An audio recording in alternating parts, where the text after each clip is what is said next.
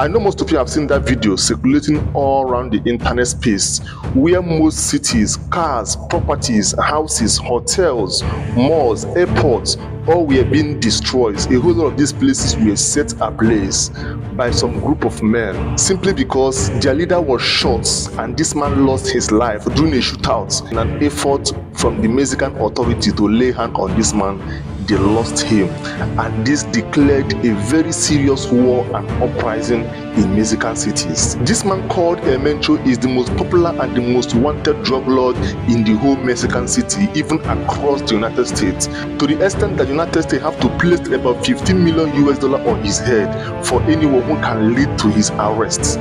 So what happened to this guy? On the 22nd of February 2026, this guy was tracked down through his lover. When both of them were together, the Mexican authority tracked this girl down to where El Mencho was, and they hanged around until that lady left the location. According to report, this lady in question was even aware that they are trying to track El Mencho through her. Shortly after she left that place, the Mexican forces stormed into El Mencho's residence to arrest him, and in that process there was a shootout.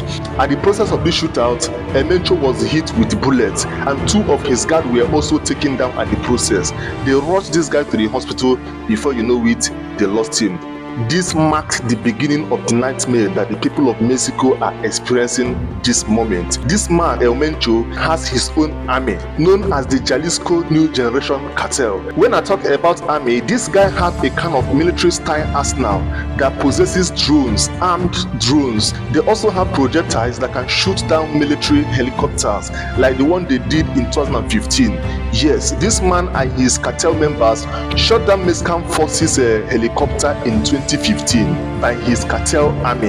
You must have seen the video where his army turned up in numbers. A whole lot of troops, over 1,000 troops with trucks, all sorts of military facilities in their possession. The big question is, how could this guy grow to this extent with his cartel, to the extent of having an army that possesses all kind of military arsenals when there is a government in that kind of states?